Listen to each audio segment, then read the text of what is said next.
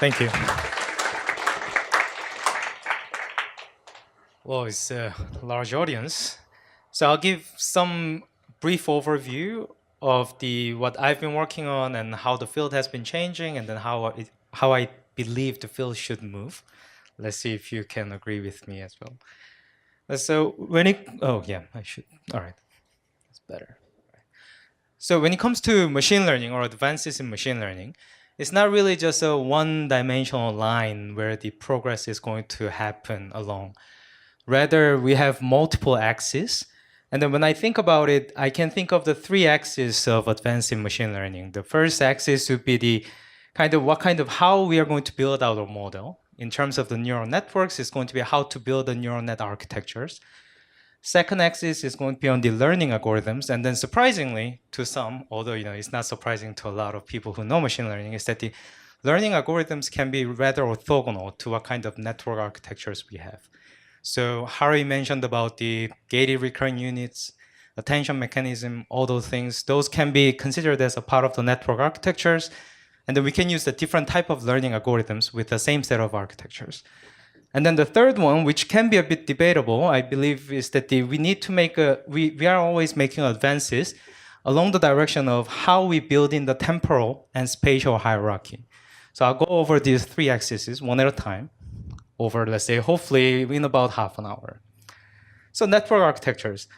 So if you think about the machine learning, in fact, the history of machine learning is as long as, or can even be considered longer than the history of computer science in general. So already in 1950s, Rosenblatt developed the perceptron and then wrote a paper, actually a book, about how to build a classifier, inspired by how the actual human brains work. Well, inspired, not really how the human brain works. And then there was and that starting from the perceptron, people have started to building in, okay, we need to build in an unsupervised neural net called the Hopfield network in 70s and 80s. And people realized that, it's a very simple model, so we want to do some kind of nonlinear classification. Then we want to go into the multi-layer perceptron. And then if we want to extend it into the, let's say, temporal data, then we need to build it into the hidden Markov model, and then extend it into a state-space model, or you go to the recurrent neural net and so on. And so essentially, the history of machine learning is this starting from the 50s of finding out that, new stuffs are old, and the old stuffs are new again, and the new stuffs are again old again. And then how have we made advances? Is the first, let's say, goal we had was to improve the representational power. So we started with a very simple classifier that can solve a problem of the linearly separable. And then we moved on to the nonlinear classifiers. And then in order to get there, we had to build the deeper networks. And then sometimes we need to work in the infinite dimensional space. So we had to come up with the kernel method. And then, of course, everyone started to talk about, we need to actually model the uncertainty in our prediction or the data. So then, people started putting in the probabilistic approach to that. And then, of course, the second aim that we have worked on is to get the better inductive bias. So one thing that is clear is that the natural data or the problems that we solve have some very particular structure in it that we need to exploit. It's not like the problems are all, let's say, randomly generated, and then we need to come up with a machine learning model that's going to work with everything. In fact, the problem sets that we run into in actual life or the world has a very particular structure, and then how we exploit that is extremely important. So in the case of the deep convolutional neural nets, what Yan and Fukushima and others have realized already at the end of 70s and early 80s was that the objects has the local translation and rotation invariance. So then how are we going to build a neural net that's going to encode that kind of structure in it? And then, of course, recently, people have realized that, in fact, if we have a fixed neural net, then we cannot really solve many problems. We need to actually make the neural net that's going to handle unbounded memory, as well as the unbounded computation. But I'll get to that later. Now, among these neural net architectures, one part of the neural net that I've worked quite a lot in recent years is the recurrent neural net. So in fact, recurrent neural net is as old as whatever the neural nets that you're using these days, or because you're using neural net every day already, right, in your phone. You have and then when you use a Facebook, so unfortunate thing is that because you're in EU, the Facebook, whenever you upload a picture to the Facebook, it doesn't go through the deep convolutional neural net. But if you're outside EU, every time you upload an image, Facebook is going to feed it through about 3 convolutional neural nets before it shows up on your feed. But anyway, so if you use another, let's say, service, then that's going to use ConvNet somewhere. So recurrent neural net was proposed in late 80s and also had a kind of gigantic boom in early 90s. Let me actually go up here. By the way, do I have to use it? Can you hear me back there? No, maybe use it. Okay. All right. You know, two hands only, right? So the first wave of neural net or the recurrent neural net happened because of the natural languages. People realized that all those convnets or whatever the feed for neural nets are great, but they are not really great to handle the variable length sequence. And the natural languages, if you think about the sentence or the speech or whatever, they all have the variable length sequence. So they decided that, okay, let's try to make a recurrent neural net and solve all the NLP problems. Risto Mikulainen, who is actually a Finn, he's now at the Texas these days, he's a professor there. He actually proposed to use all those recurrent neural nets to solve every single natural language processing problem back then. He has like so many papers, except that none of them worked. And Yoshua Bengio, in 1991, proposed to build a recurrent neural net together with the CRF on top of that to do the speech recognition, end-to-end. It kind of worked, but it really didn't work. And Bob Allen, who's a professor now at the Yonsei University in Korea, he also wrote a paper saying that, okay, with the recurrent neural net, we can actually solve the translation without knowing anything about language. It worked with about 3,000 sentences, and then it miserably failed onward. And then all the others did the similar, let's say, attempts, and then nobody really made it work. So why did it not work? The first thing is that, okay, they didn't have the computers that we use these days. They didn't have NVIDIA back then. NVIDIA was founded in, I think, 1994 or something, so no GPU. And then second thing is that the data collection was not easy as now. So nowadays, we just go to the web, we crawl Wikipedia, we crawl, I don't know, let's say Finnish Parliament, and you get the parallel text of the Finnish and Swedish, and you get all those data easily. But back then, it was not easy to get the data. But the third thing was that they simply weren't able to train a recurrent neural net. And then that was actually true until like very recently. If you, let's say, get the recurrent neural net from this era, and then, I don't know, get an amazing amount of data, amazing amount of GPU, try to train the recurrent neural net, it doesn't really work. And that's been, let's say, my miserable 1.5 year in Montreal as well, the first 1.5 year. And then the reason was quite clear. It was already noticed in 1994 and 1992 by Yoshua Bengio and Seb Hochreiter that you cannot really train a recurrent neural net to memorize anything. And this equation, which I took from the Jürgen Schmidt-Huber's homepage, shows everything. So I'm not going to go into the detail of that. The idea is that now, what does it mean for the recurrent neural net to learn something about the long-term dependency or the sequence? Is that you need to figure out, if I change something in the past, what kind of change I'm going to expect in the future. So that's essentially the long-term dependency.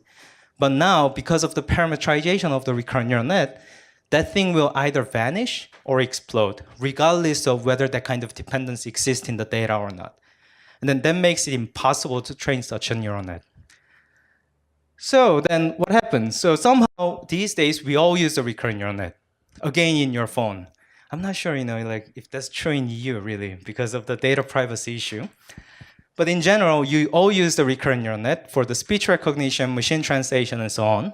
And then what happened is the let's say, invention of the gated recurrent units, so which includes the long short-term memory units and then all the other variants that have proposed in recent years. So let's think about what recurrent neural net is. So everyone who has some interest in this kind of deep learning has heard about the recurrent neural net. And then people just heard that, okay, LSTM works, GRU works. But without them, you cannot train the recurrent neural net.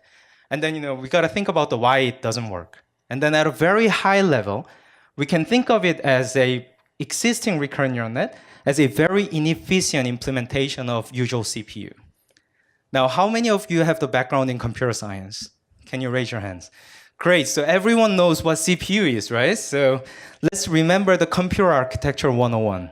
Now, a CPU at a very, very high level consists of 2 main cores. The first core consists of the registers, which work as the temporary memory. And then the second core is the execution core. So what happens is that the execution core has many different instructions implemented.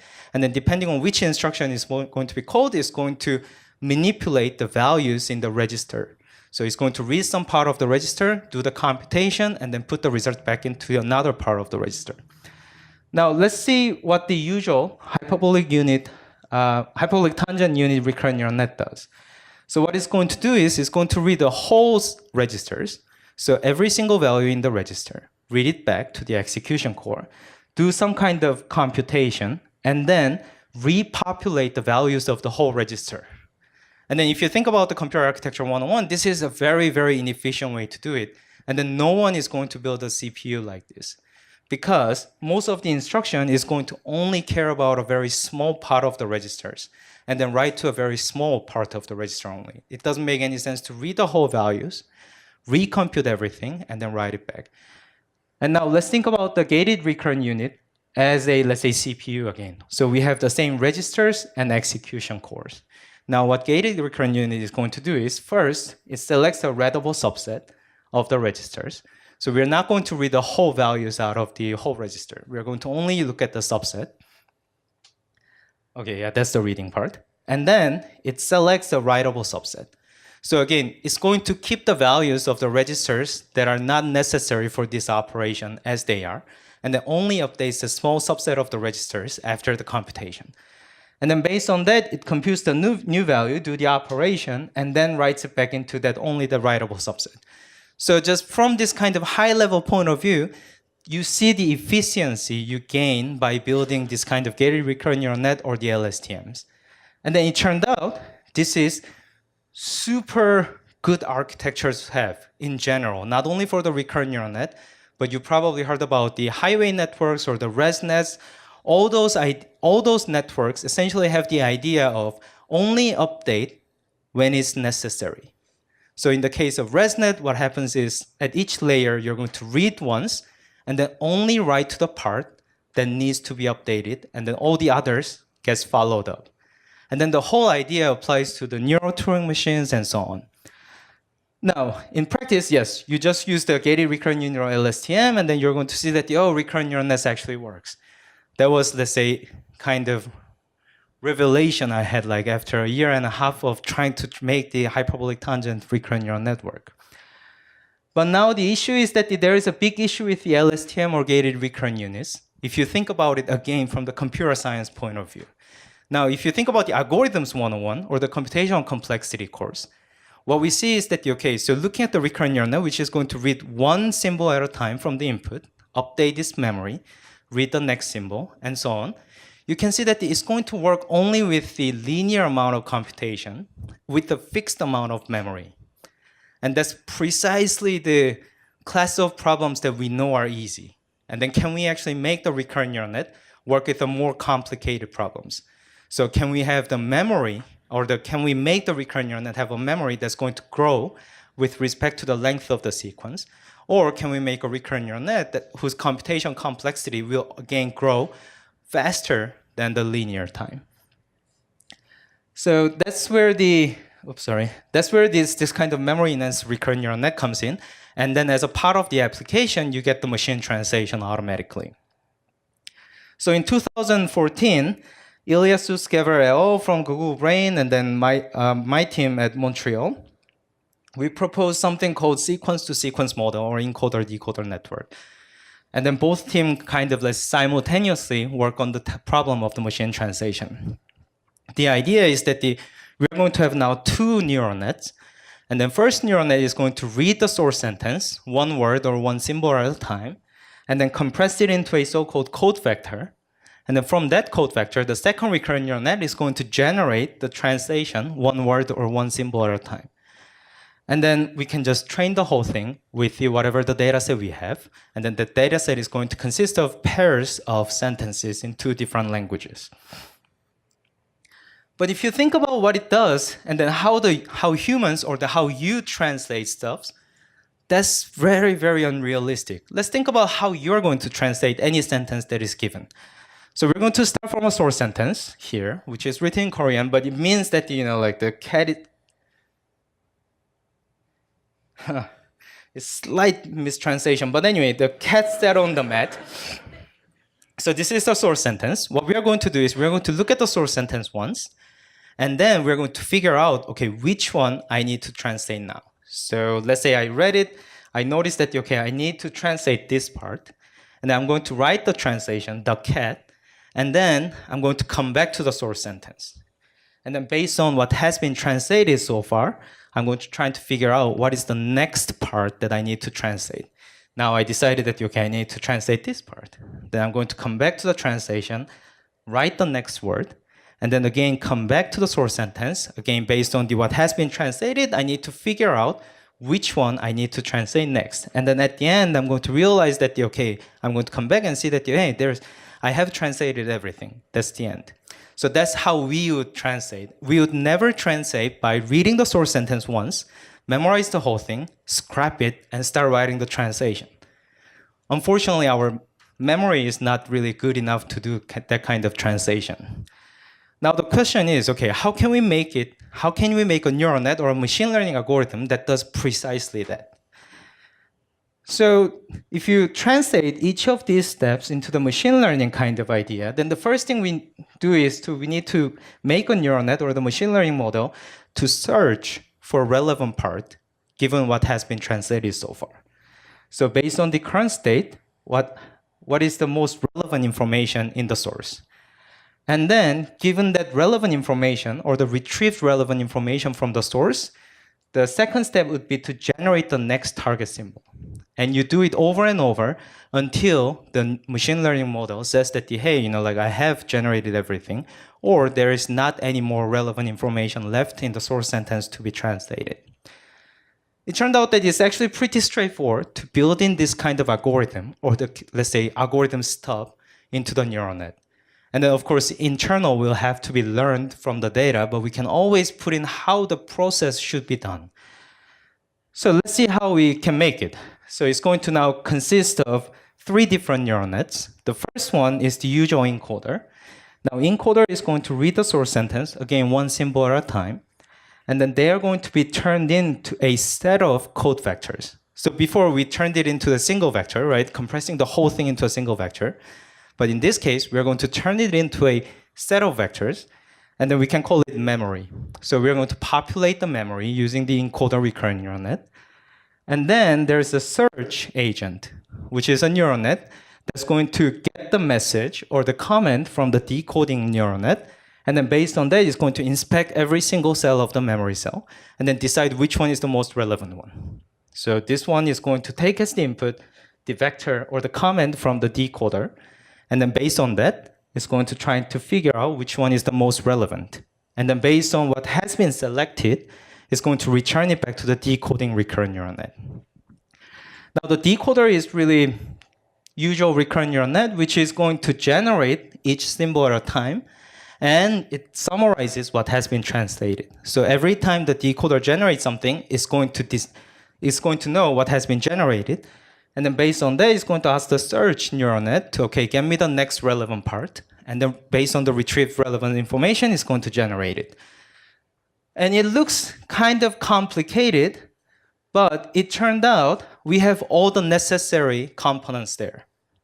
So we know how to build a recurrent neural net thanks to the gated recurrent neural net LSTMs. And then we know how to build the recurrent neural net language model, again using the GRU and LSTM. And this kind of agent is going to be simply a feed for a neural net that's going to take as the input some vectors and then outputs another vectors.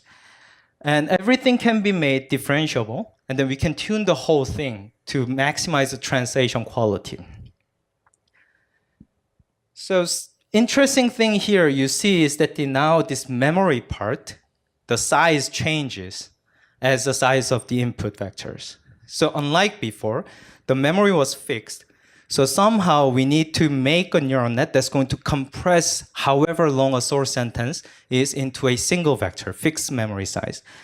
But unlike that, now we have a memory which is going to store the source sentence that grows with respect to the length of the source sentence. So now we have some kind of linearly growing memory network. And that's the one step toward the memory enhanced LSTM or the GRU that can solve a, let's say, class of the problems that require more than fixed amount of memory. Now, this somehow has become the de facto standard in machine translation. So this is seriously being used in your phone at the moment because it doesn't require anything private, right?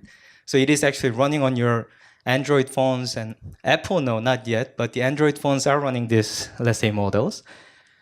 And then it turned out the interesting thing about these neural nets is that we have all those mechanisms that works on the continuous vector space. So as long as we can project something onto the continuous vectors, which is exactly what neural net does, then from there on, from the neural net's point of view, it doesn't really matter what was the original modality the continuous vector was derived from. So if you think about it, however I explained, there was nothing about language except for an example. I gave an example with a language, but it doesn't really say anything about language. So for instance, you can replace the encoding part with a deep convolutional neural net and then give the input as an image instead of a source sentence. Then what happens is that once the deep convolutional neural net converts an input image into a set of vectors, from there on, everything works as it is. You don't really need any kind of special treatment. From the neural net's point of view, the input image is as good as a source sentence. So we decided to work on let's try the attention-based image captioning. And then we were using the very, very same code. We just replaced the source part with an image, and then it started to work. And then, of course, we had to go a bit further. So we thought, okay, can we try with the video as well? Because now with the video, what we need to do is we just build a convolutional neural net that's going to take into account also the temporal dependency. And then again, as soon as we get to a vector space, from there on, all the other mechanisms we have built into the translation model works. And then it started to do the video description generation. And then from there on, people have started working on so many stuffs and then trying to make all those exotic description generation systems. And you can read my review paper from 2015, which was written way too early, that has, I don't know, about 20 different applications of this such system. Now, but this is still, not really what we want. Because in terms of time complexity, it's only linear again. Now we have avoided the fixed, let's say, memory cost by having a memory that's going to grow with respect to the source sentence or the input, but it doesn't really take care of the, let's say, linear time complexity problem. Now what you can do is, it turned out that idea, just one step from that idea, allows us to build a machinery that's going to have a flexible memory size as well as a flexible computational complexity. Now, we start from the very same thing, but now what we do is that we are going to say that this agent, decoder, can issue more than one comments to the search agent. Now, this agent can look for multiple relevant informations from the same set of memory at each time step. And then that amount can be adaptively determined. And at the same time, the agent has an option to also store to the memory. So before there was the input was encoded or was used to populate the whole memory, but now we're going to let the neural net decide what to be stored as well. And then you can let it store as much information as we want at each time step. And of course, I didn't notice until, people started using this kind of idea, and then this idea has become very famous as so-called memory nets and neural Turing machines, or more recently, differentiable neural computing. And then this type of model has found to be extremely effective at solving a lot of complicated, very low level still, but reasoning related problems. Now, so that was the network architecture part. So we've made a huge stride, starting from a very linear classifier into the recurrent neural net that can handle variable length input. And then we equip the recurrent neural net with a variable size memory.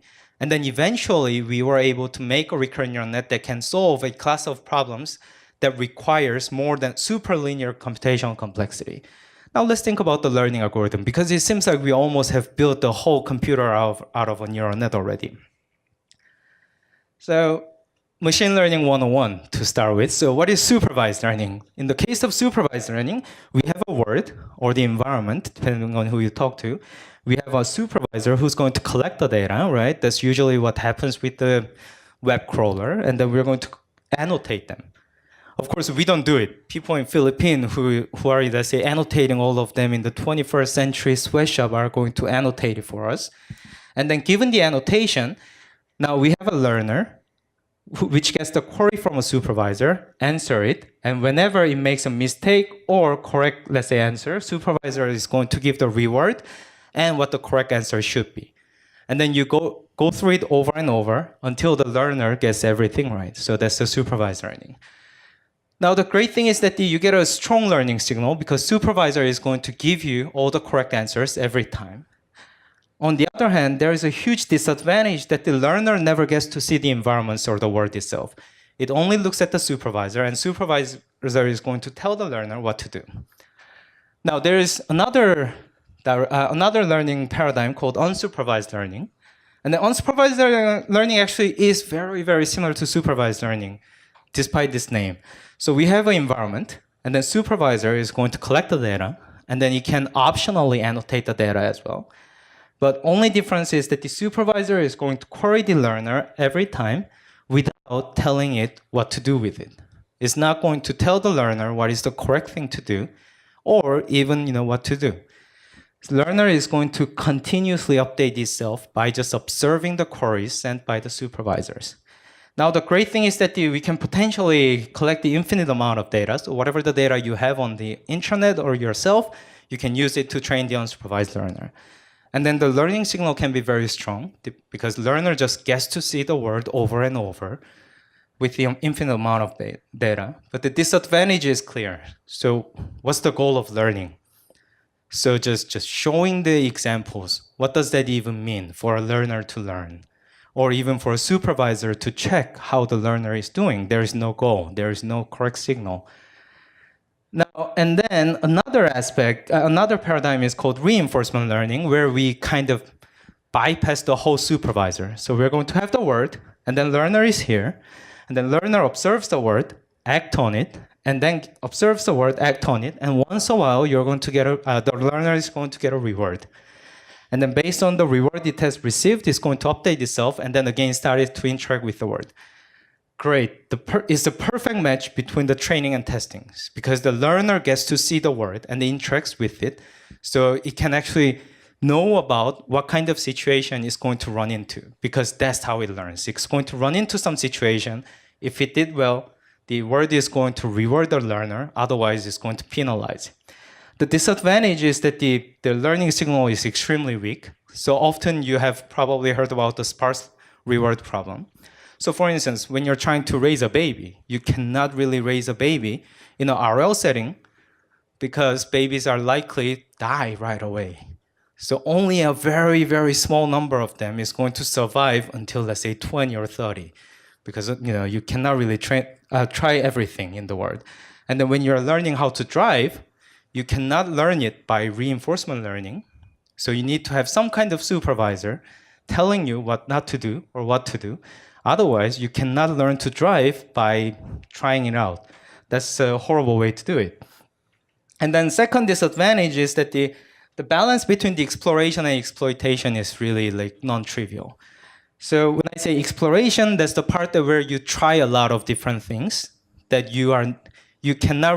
where you don't know whether that's a good thing or not. Because you gotta try it out in order to know that this would have been really good. But that's really difficult how to do it. Now, of course, at the end of the day, what you probably want and what humans do, and then a lot of animals do, is the mix and match of all these different paradigms. So, for instance, let's say according to Jan LeCun, you're going to use the unsupervised learning to get some kind of nice representation of the word.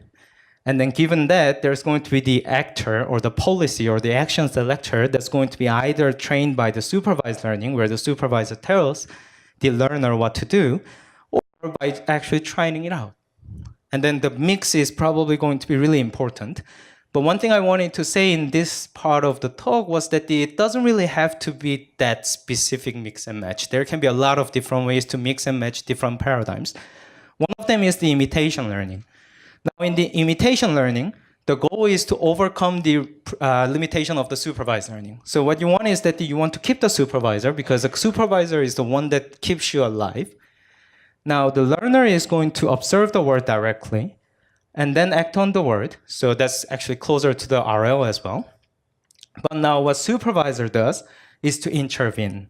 Supervisor is going to intervene, and then based on the reward the learner gets from the word, is going to augment it with the correct action. So that essentially the supervisor works as giving it a better learning signal and to make sure that the learner is not going to die before he learns anything. Now, the biggest disadvantage is that, okay, how can we get the supervisor, right? So there has to be a supervisor to start with, and then how to minimize the number of the queries to supervisor. Because supervisors are often humans, and then humans are very, very prone to getting tired and then frustrated.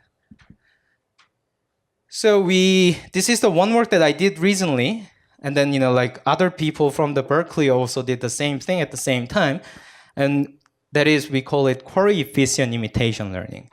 Now, the previous imitation learning explanation was great, except that the now supervisor needs to constantly look at what the learner is doing, trying to intervene every time, and then trying to teach the learner, which is extremely difficult. And then, in fact, in reality, supervisors starts to make a mistake, and the learner actually runs into catastrophic situations quite easily. So instead, our idea is to introduce something called safety net that's going to, again, intervene or modulate between the supervisor's intervention versus learner's learning or the interaction with the word. Now, we're going to observe the word, and safety net determines, if it determines that it's easy, it's going to send it directly to the learner, and then learner is going to interact with the word directly. On the other hand, if the safety net decides that it's a difficult situation or a dangerous situation, it's going to send it to supervisor so that the supervisor can either intervene or teach the learner how to handle or to cope with the situation better.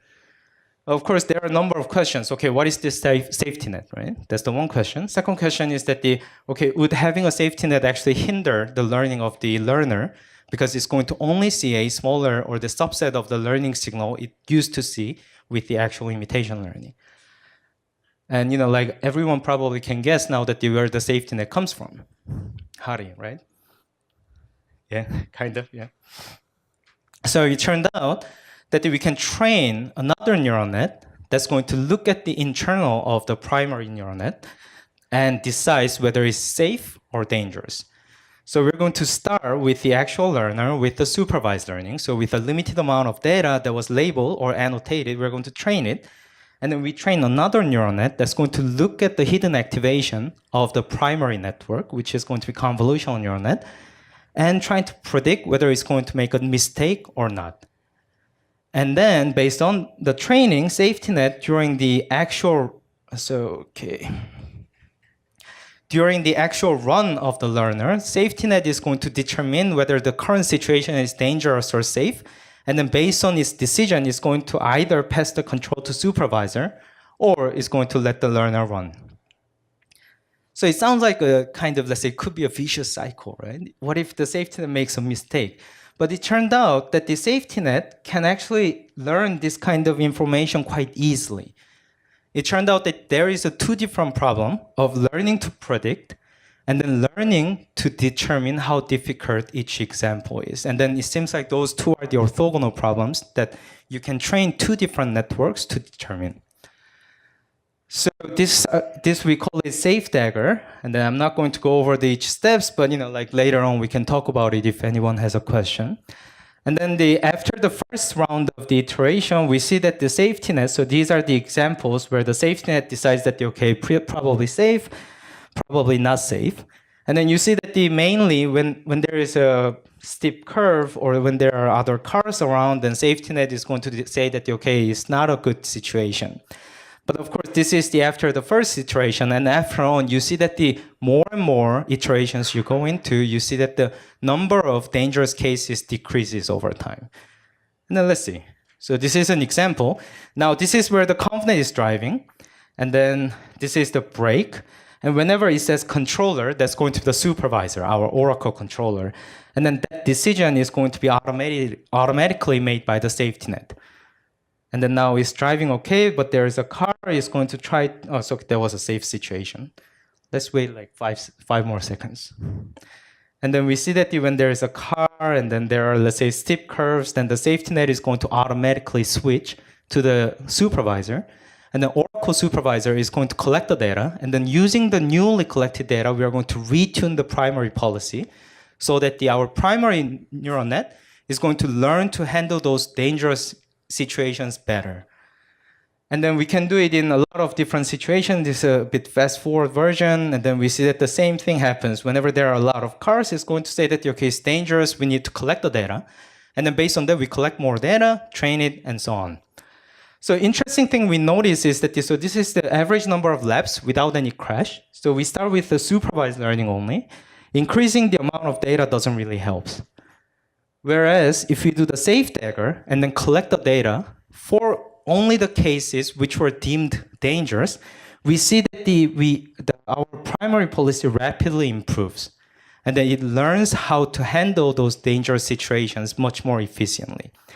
And then as the training continues, we see that the amount of, let's say, examples the safety net deems dangerous decreases as well. So it's a kind of automated way of building a curriculum so that the neural net is going to learn more easily by looking at the more and more dangerous situations or the difficult examples at each of the point. So what it says actually is that there are many aspects of learning. And then when we think about the final goal only and then trying to build a learning algorithm, we actually kind of forget about a lot of pitfalls on the way. So for instance, there are a lot of constraints imposed by the world that we need to take into account. And also we need to think about the safety of an actual agent. So in a game, of course, the cars can do whatever it wants, but in real life, you cannot really let it happen. So how are you going to put that kind of constraints? But that is learned. So we need to learn that kind of constraint as well. And then can we do it iteratively on the fly? And then also, how can we determine where to stop automation? So it seems like we can actually push the boundary of the automation quite far by actually training another model that can determine the safety of yet another model. And then they can interact with each other in order to get to a better point. Now, okay, so that was two axes. So I'm going to now conclude it soon. Am I running so much over time? Okay, so far so good, all right. About the more kind of futuristic view of the deep learning. It's going to be more fun, yes. So one thing you see every day in, I don't know, Wired, New York Times, or whatever the news article you see is that there are so many awesome stuffs from deep learning. You see that, ConvNet is so awesome. It has a superhuman object recognition accuracy. We have the super awesome automatic speech recognition system that is apparently superhuman in English and Chinese. There is the awesome Atari player. I don't know why that actually matters, but somehow there is a neural net that can play the Atari games really well. There is the self-driving car demonstrated every day by NVIDIA or Toyota or so on. And so many awesome things. But the thing is, those are not really what I want. I want something like, okay, one machine, so it can be a person, right? Human is a machine as well. One machine that's going to have all those awesome components and then knows how to use them. So for instance, let's take an example of the language model. I have one language model, clearly, and then I use that language model to give a talk like here, to talk to my parents, or talk to the people in Korea in Korean. So I have, let's say, one language model that works for all those different tasks. And then ConvNet. My ConvNet actually was trained, I don't know, probably in the first couple to 3 years after I was born. And somehow I'm using the ConvNet over and over for all those tasks that I'm pretty sure my parents didn't know that I was going to use it for.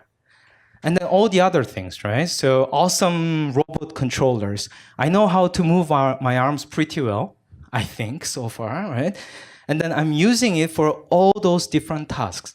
So what I want is something that's going to have all these awesome components, and then where all these components can be used for different tasks very seamlessly. But now that brings a question of the end-to-end learning a bit. Now, end-to-end learning says that, I want to jointly tune everything from the beginning, like the input, to the output, to maximize the task, let's say, performance. But one thing clear is that when my confidence was being trained, it was never trained to maximize my driving capability. When my language model was trained, my language model was never trained to speak any of the Finnish words. Clearly not, right? And then speech recognition as well. And then all these things develop at a different time, different stage of learning or the lifetime. But on the other hand, they are also working all together very, very nicely. And then I want that kind of thing. And I think that's our next step in machine learning and deep learning.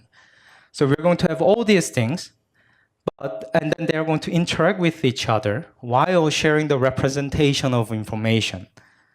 And then it's going to learn to solve the new and, let's say, more higher level problems every time it learns it needs to do so without having to tune everything from scratch. Now, because everyone is computer scientists here, that's how the software engineering has evolved, right? So people have started to make the libraries and then standardize the APIs. And then based on that, you can bring in all those different libraries, packages, or nowadays on the cloud, you can use the RESTless, I guess that's the thing to do. Okay, RESTless API to just talk to each other and then use all those modules. And then, obviously, why can we do that with the neural net? But there is a very, very big issue with that. This kind of simple composition of the neural nets are not going to work. Because these neural nets, let's say, given the input and output, were trained at different stages. So how did we know that my, let's say, ConvNet was going to use to, let's say, I don't know, look at the software code or the, the different types of animals or different types of skies, different types of the stars. So when I trained the deep convolutional neural net, let's say I used 1,000 categories. How am I going to use it for, let's say, another 1,000 categories that are going to only show up 10 years afterward? So it becomes very difficult to define the input and output if you don't know in advance how it's going to be used. But turned out we can actually do a better thing with the neural nets. The nice thing about neural net is that it is continuous vectors. So I've been talking about this over and over, contains an amazing amount of information. And then the hidden state often disentangles the complicated variations present in the input vectors in order to solve some problem. And then on the way, it's going to lose some information gradually in order to solve the task, but it's going to keep the information along the way. So we want to actually be able to use the internal of the neural net, whether it was trained earlier or not, and then be able to interject information back into the neural net as well. Now, in that way, we can actually use the neural net for the purpose that was not known in advance. Now, the input and output doesn't really matter. We can actually inject the signal directly into the neural net, as well as read it out. Now, this is actually a pretty nice idea, I thought initially, right? But there is some issue, or actually not an issue. One issue that people have raised is that the neural nets are black box. Everyone tells me about the interpretability, and then how do you know that your translation system is translating the sentence? But it is doing the translation. That's my answer usually. But what people tell me is that they are black boxes, and how do we know what's happening inside? But what I tell them is that it's actually the most transparent machine learning algorithms or the models ever, because given an input and given a neural net, I can actually tell you exactly, bit level, what's going to happen inside, right? So everything we know. On the other hand, if you work with the kernel machines, it's going to be projected, the input is going to be projected into infinite dimensional space with the RBF or some kind of kernel, and then done something there, and then come back, and then you get the classifier. So yeah, that's what you don't know. So neural nets are great because we can observe every single bit of what's going on inside, and then we can even manipulate it however we want, because we're going to simply inject more information there. The issue is that it's a high dimensional space, and the humans, we are not particularly good at, let's say, making an intuition out of, let's say, 10,000 dimensional continuous vectors. 3 dimensions, we are already pretty off. And now 10,000 dimensions, that's difficult. So this is actual visualization of one of the recurrent neural net language model that I trained. So the inputs were there is a storm on its way. And then these are the hidden vectors, essentially what neural net is thinking. Nobody can make any sense out of it. I can't, at least. So I projected into a two-dimensional space using the t-SNE. We already saw that today. And then again, I don't really see any pattern. But it's a very good language model, by the way. It does an amazing job of putting the high probability to good sentence and low probability to bad sentence. But the thing is, we cannot interpret them. But we know how to interpret them already, right? So I've been talking about that for, let's say, more than half an hour now. That is, we can use the neural net to interpret it or use it. So one thing that neural net is really good at is to how to handle those high-dimensional vectors and then output high-dimensional vectors. That's what we do with the neural net. So what we can do is we're going to make this kind of higher-level modules that's going to solve much more complicated or the problem that requires a much larger time or spatial span, a neural net again. So this neural net is going to look at the internal representation of the other neural nets and then do some computation and then inject the signal back so that the lower level modules are going to do what the higher level module wants it to do instead of what they were trained for. And then now we know how to train all these neural nets. So what we need is that we just bring in a pool of awesome neural nets, lower level ones, and then we're going to put one higher level neural net at a time that's going to learn to use all those lower level modules to solve a more complicated problems. Now then neural net can go into the pool again, and then we can have another one and another one so that we get a more and more abstraction every time we add another neural net. Now that's a good idea, except that, okay, does it work? That's a big question, right? So we had some recent research on how to train a neural net that's going to modify or manipulate the existing pre-trained neural net. So one such case was a simultaneous translation. So we trained a machine translation system that's going to learn to translate consecutively. So it's going to read the full source sentence and then generate the translation. But now we want to use it in a simultaneous interpretation environment where the source sentence is not going to be available fully at the time, at the testing time. And unfortunately, we don't have such training set. So we have the consecutive translation pairs, but not the simultaneous ones.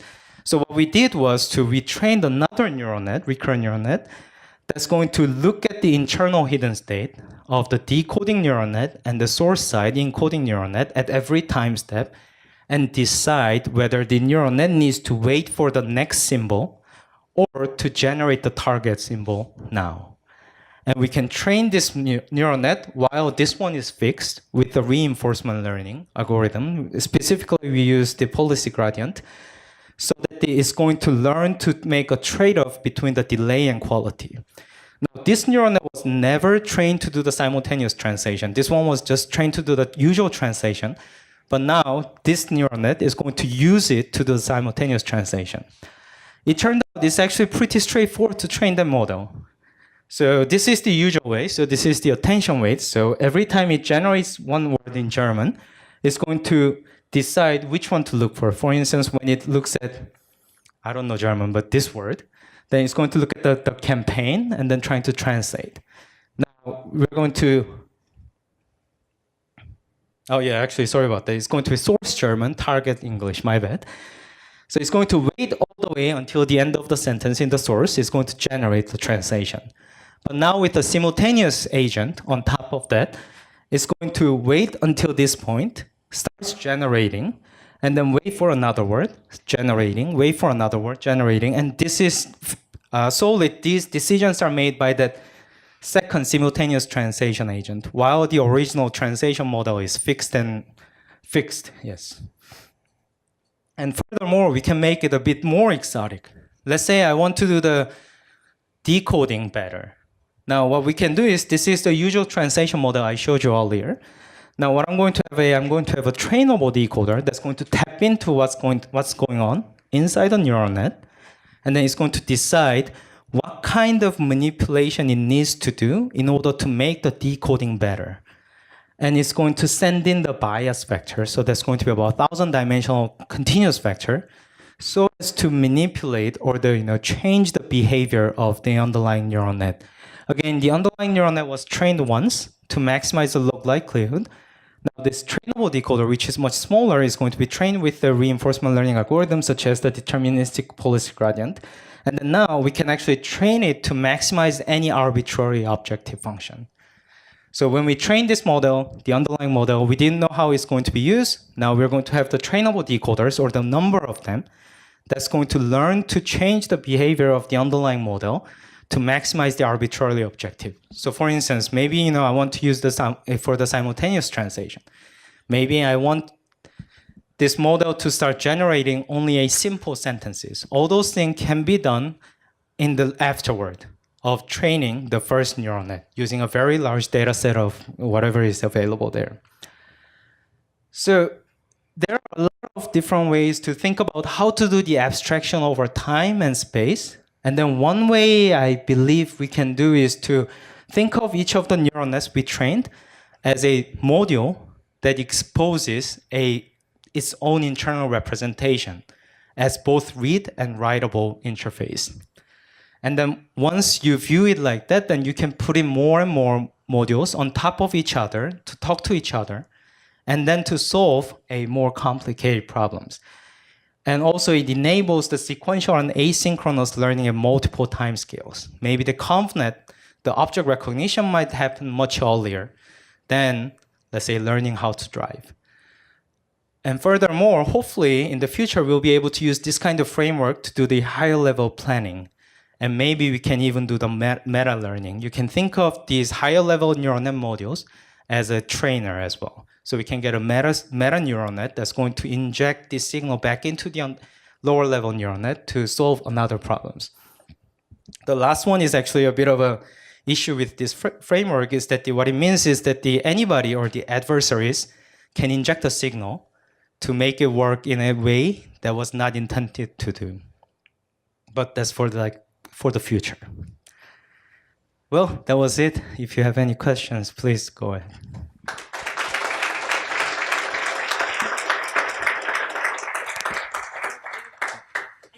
Oh yeah, I should, yes. Thank you, yes.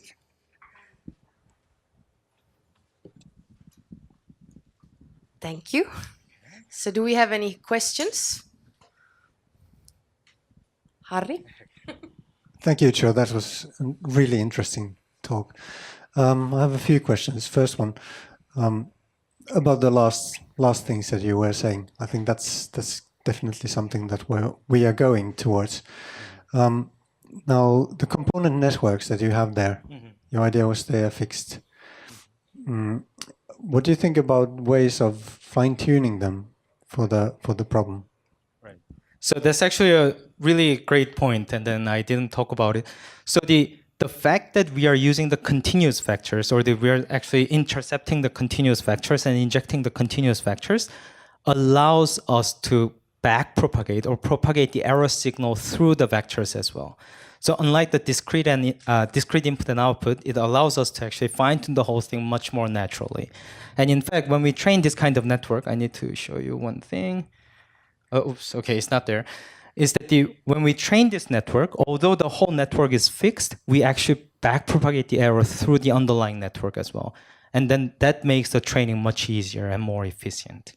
So yes, I think that's a way to go, yes.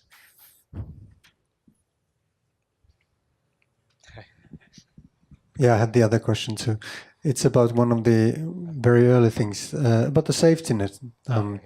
So you switch between the learning system and then a supervised trainer. So this is not reinforcement learning setting because you have a supervisor, right? Right, it's not reinforcement learning setting. It's more of the imitation learning setting. All right. So the question is, if you have the supervisor available, why do you need to learn in the first place? So we want to be efficient about coring supervisors. So think about, let's say, using a supervisor as a human here. The issue is that the human needs to be always, let's say, conscious about what's going on in the surrounding environment. Yes. In your case, you didn't use human though, did you? We made our Oracle driver, yes. Yeah, okay. Yes. Good, thanks. So there's a question there, actually. Yeah. Hello. One question about training those higher level modules. I was just a little wondering whether it's possible to train higher level modules which don't change the original networks, because once you gain a new knowledge, you don't forget the old things, right? So what do you think about that? Right. So this idea is not completely, let's say, new, as in the idea of using multiple networks to interact with each other has been proposed earlier. And in fact, recently Google DeepMind proposed a network, I even forgot the name, called like PathNet, I guess, that consists of the multiple modules at each layer. And then and for each of the tasks, it's going to decide which sub-modules at each layer is going to be used. And then they show that by doing so, you can make the modules that are going to be specialized for some of the tasks that was trained earlier, and then some other modules that are going to be specialized for the tasks that are going to be used later. And then you can actually cope with the catastrophic forgetting of the previous task a bit better. Not perfectly, though. Yeah. So does that answer your question? Yes or no? Yeah. Okay. Hi, thanks. Great presentation. Very engaging. So, how do you see, with, for example, this model that you are showing here? How do you see the kind of comparison or the differences to these kind of transfer learning settings and concurrent learning, where you don't only try to analyze the picture, if you also have the kind of human description that is in written form, and when you learn them together, you kind of maybe have regularization right away, and you don't have to have these kind of harder ways to regularize or make it easier to access. So do you see that these are like competing paradigms, or that they are actually going to the same direction? So the multitask learning is definitely like one of my favorite things. Actually, I do every day. But now you can think of it as a kind of, both of them are complementary. So let's say when you train, let's say, a number of small modules, when you know which tasks are simultaneously available, using multitask learning is always a win, because, you know, as you said, each of those tasks are going to work as regularizer to the other tasks.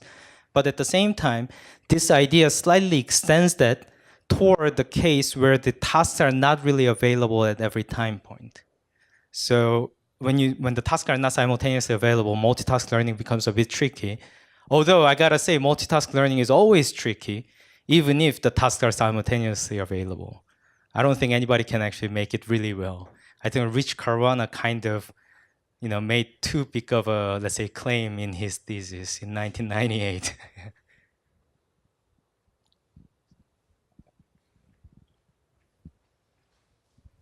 Hi. In the example where you had the safety net, I was wondering, isn't there a problem if the reinforcement learning agent never actually sees the negative reward of actually doing something wrong? So it sees, okay, this is the right way to do something, but it doesn't know that the space around it is bad, because it never sees the bad part. Right, so that's precisely, so I kind of, let's say, went over it really briefly, is that that is how we use the safety net, actually. So we're going to use a safety net to collect the data only in the cases where the policy is going to make a mistake, or policy is likely to make a mistake. So what safety net does is to predict where the policy is going to make a mistake, and then let the supervisor drive it instead. And then during the time, we actually collect the new data from the supervisor for those dangerous or the, you know, like the, yeah, I guess dangerous situations. And then using that, we are going to create an additional data set to fine tune the primary policy. I guess my main question was, so when you do that, the supervisor will do the right thing. Yes. But then the original network never sees the wrong thing. Have you thought about actually providing also the bad, like for example, if the supervisor avoids a road, and you have some way of figuring out with the safety net that some part of that would be bad, some part of the state space would be bad, actually feeding that as a learning signal. So the I bad, see. the fact that state part of the state space is bad, actually feeding it as a learning signal. Right, that's actually a really great idea. In fact, yes, precisely. You can use the safety net itself to guide the exploration. That's what you're suggesting. Yeah, we haven't really tried that. Ours was much more naive in a sense that the policy still does the exploration, but the safety net is going to intervene whenever it's going to run into a bad state. Whereas you can think of using the safety net directly to guide the exploration. We haven't tried that. We should. Yes, thanks.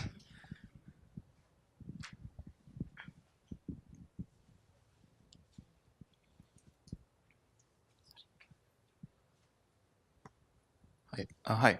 So while we are at this, I had a question which might be similar to what he asked, but so when we are training the safety net, is it just trying to figure out if it has seen the scene before or not? Or is it doing something else? Right. That's actually a super good point. So we trained the safety net with the data examples that were not used to train the primary policy. Because if it does that, then it doesn't really make much sense. And then now, does the safety net simply decide whether the input example is similar to the training example? So that's the question. And then, in fact, that idea was proposed even earlier in 2011 by the Joelle Pinot and her PhD student. It kind of works, but the issue is that that direct approach is much more difficult than training the safety net, because that requires the density estimation over the observations, which I don't think anybody knows how to do well at the moment, especially in the high dimensional space. And this safety net was much easier to train. Maybe it's doing it, but in a much more efficient way, because all it needs to do is just predict a binary signal that says whether it's good or not, according to the primary policy's actual prediction. So when we train the safety net, we actually use the primary policy's prediction itself to see whether it's making a mistake or not. So I think there is a slight difference between them, and then this approach is probably much easier.